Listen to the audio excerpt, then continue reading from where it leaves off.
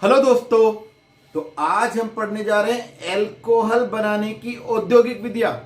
जैसे कि मैंने आपको बताया था कि अल्कोहल बनाने की दो तरह की विधियां हैं, एक सामान्य विधियां और एक औद्योगिक विधियां। अब औद्योगिक विधियों में मुख्य रूप से जो हम बात करेंगे वो आप देख रहे हैं कि चारों प्रकरण जो हम आपको बताएंगे, चारों विधियां जो हम आपको बताने जा रहे हैं वे एल्कीन से ही हम क्या बनाएंगे, एल्कोहल बनाएंगे। तो चार प्रकार की क्रियाएं एल्कीन की हैं जिनसे हम अब बनाने जा रहे हैं एल्कोहल। एल्कीन के जल योजन द्वारा, जल योजन क्या है? एल्कीन के जल योजन द्वारा, जल योजन, योजन शब्द आया है योग से। कैसे है? योग से।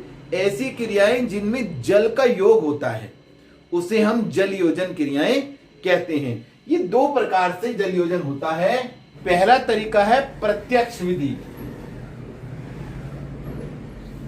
प्रत्यक्ष विधि, डायरेक्ट मेथड। इस विधि में हम एल्कीन पर जल का योग करते हैं खनिज अम्ल की उपस्थिति में। किसकी उपस्थिति में? खनिज अम्ल, मिनरल एसिड। खनिज अम्ल कौन कौन से हैं?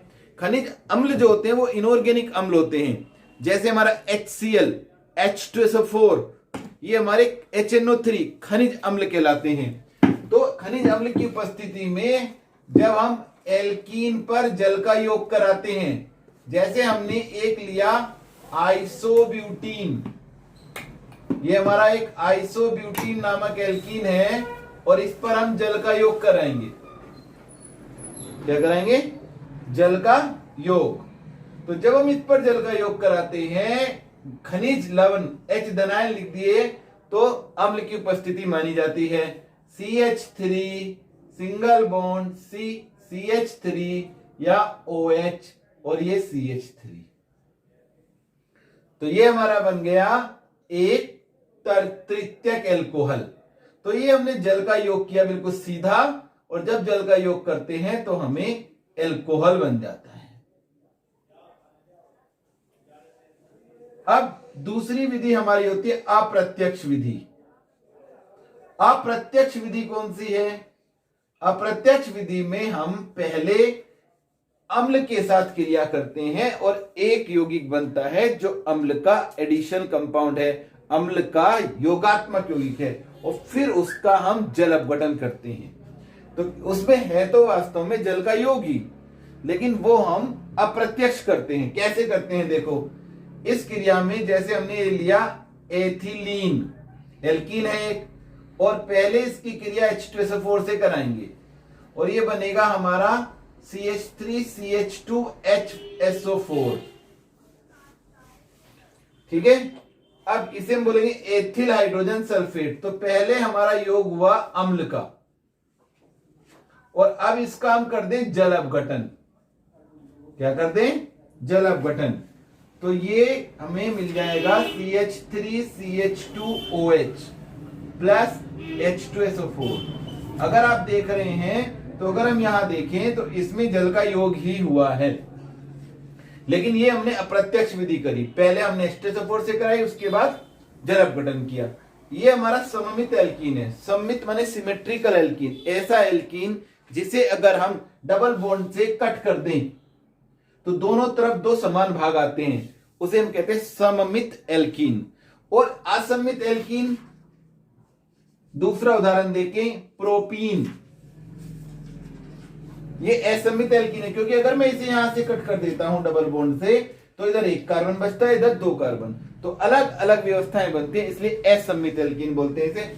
असममित एल्कीन पर जब हम H2SO4 का योग कराएंगे तो मार्कोनी काफ लगेगा और ऐसे बन के आएगा हमारा यौगिक।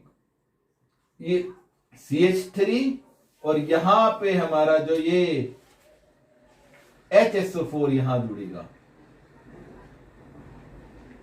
और अब इसका करेंगे हम जल अपघटन। तो इसमें हमारा द्वितीयक एल्कोहल हमें प्राप्त होता है। यहां OH प्लस H2SO4। तो ये हमारा जो हुआ है MR लगा, मार्कोनी काफ का नियम, जो आपने कक्षा 11 में पढ़ रखा है। तो इस प्रकार से ये हमारा द्वितीयक एल्कोहल बन गया। ये हमारा बना था प्राथमिक एल्कोहल और ये तृतीयक एल्कोहल। तो एल्कीन की जो पहली विधि है जल योजन द्वारा, ये दो प्रकार से की जाती है। पहले हम इसे प्रत्यक्ष विधि से करते हैं, फिर करते हैं हम इसे कौन सी विधि से, अप्रत्यक्ष विधि से। अब दूसरी विधि है हमारे एल्कीन पर CO तथा हाइड्रोजन के योग से। तो ये जो दूसरा नंबर का मेथड है, आपको बता दें इसका एक और नाम है जिसे हम कहते हैं ऑक्सोप्रोसिस। ये ऑक्सोप्रोसिस भी से हम कहते हैं।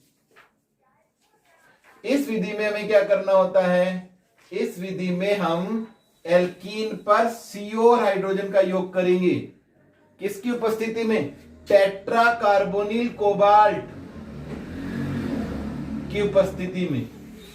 टेट्रा कार्बोनिल कोबाल्ट की उपस्थिति में जब हम देखिएगा आप CH2 double bond CH2 plus CO plus H2 और टेट्रा कार्बोनिल कोबाल्ट की उपस्थिति तीर के ऊपर और उच्च दाब और बच्चों उच्च ताप, तो ऐसी स्थिति में एक एल्डिहाइड बन के आएगा। क्या बन के आएगा, एक एल्डिहाइड CH3 CH2 CHO। और इस एल्डिहाइड का हम करेंगे अपचयन।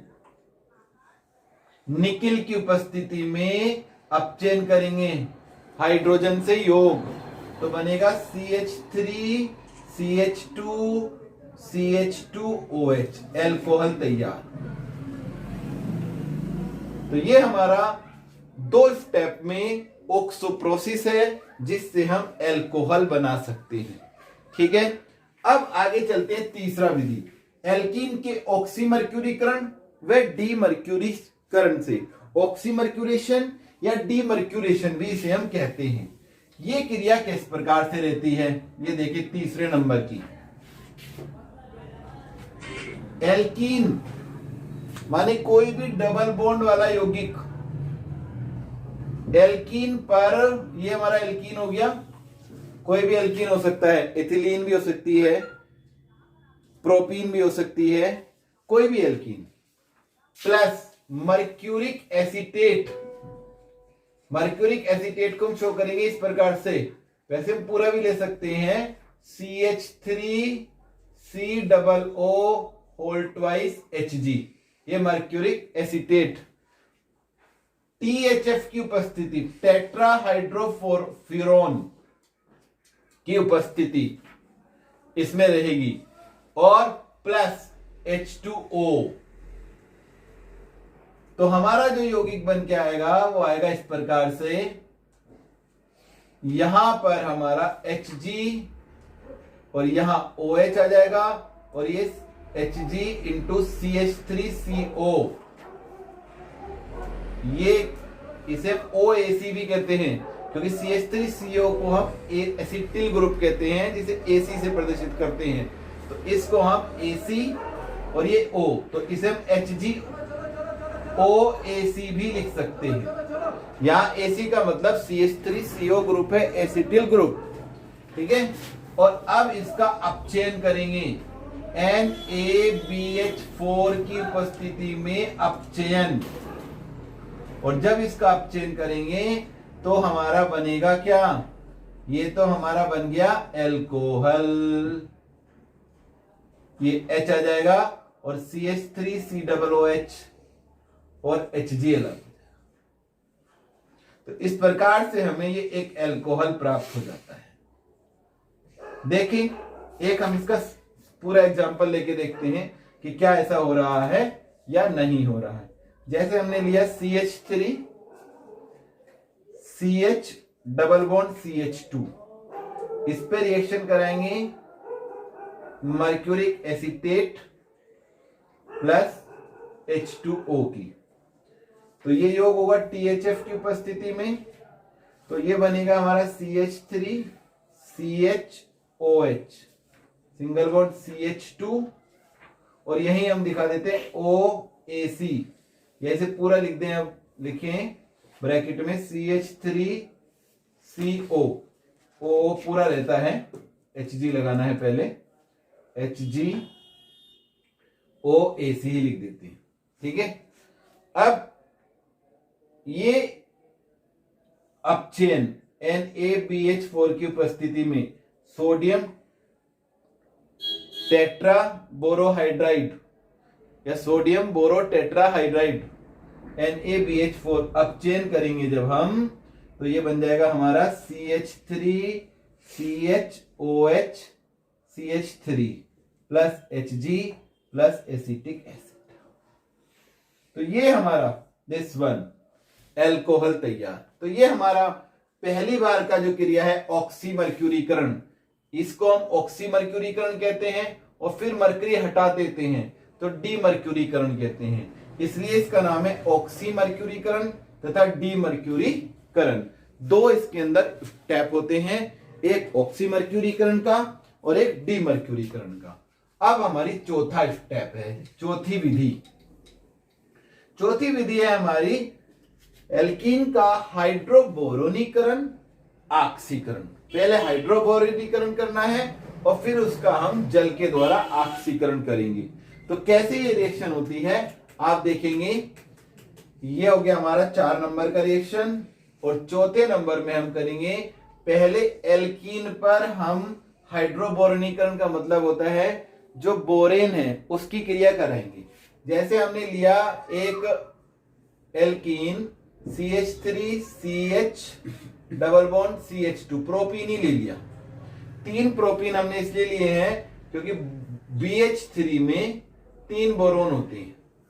तो ये हमारा BH3 बोरेन, वैसे तो B2H6 लिखा जाता है, लेकिन हम केवल BH3 से आपको करके दिखा रहे हैं, ऐसे कर सकते हैं, कोई विशेष बात नहीं है। CH3CH2 होल थ्राइस B, ये बन गया हमारा ट्राई एल्किल या ट्राई प्रोपिल बोरेन। इतनी रिएक्शन को हम कहते हैं हाइड्रोबोरेशन।